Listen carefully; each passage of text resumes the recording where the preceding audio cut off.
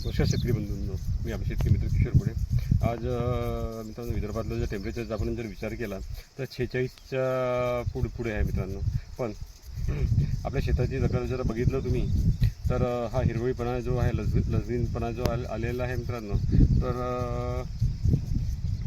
आपण जे प्रॅक्टिसेस करतो, जीवामृत सोडतो, बायोडी सोडतो, गोगुरा अमृत सोडतो, त्याच्यामुळे आलेला आहे मित्रांनो. तर यावेळी जर विचार केला तर आपण जवळपास 46च्या पुढे म्हणजे पिकं जिथे माना टाकतात, कोलॅप्स होतात, तिथे हा एकदम लसबीनपणा जो आहे तो आलेला आहे तो. तर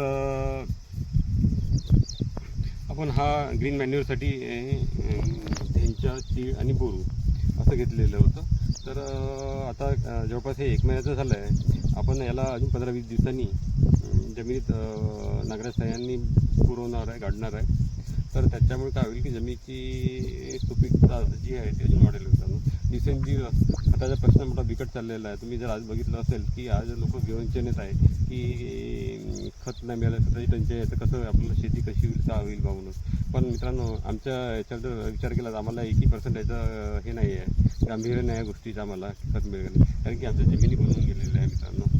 तर तुम्हाला एक दाखवलं तुम्ही की 25 एकर इथं क्षेत्र जवळपास आपण काही ग्रीन मॅन्युअर, काही आपण कंपोस्टिंग करून किंवा शेणखताचं बनवलेलं शेणखत वापरून अशा पद्धतीने आपण जमीन आपली बनवलेली आहे.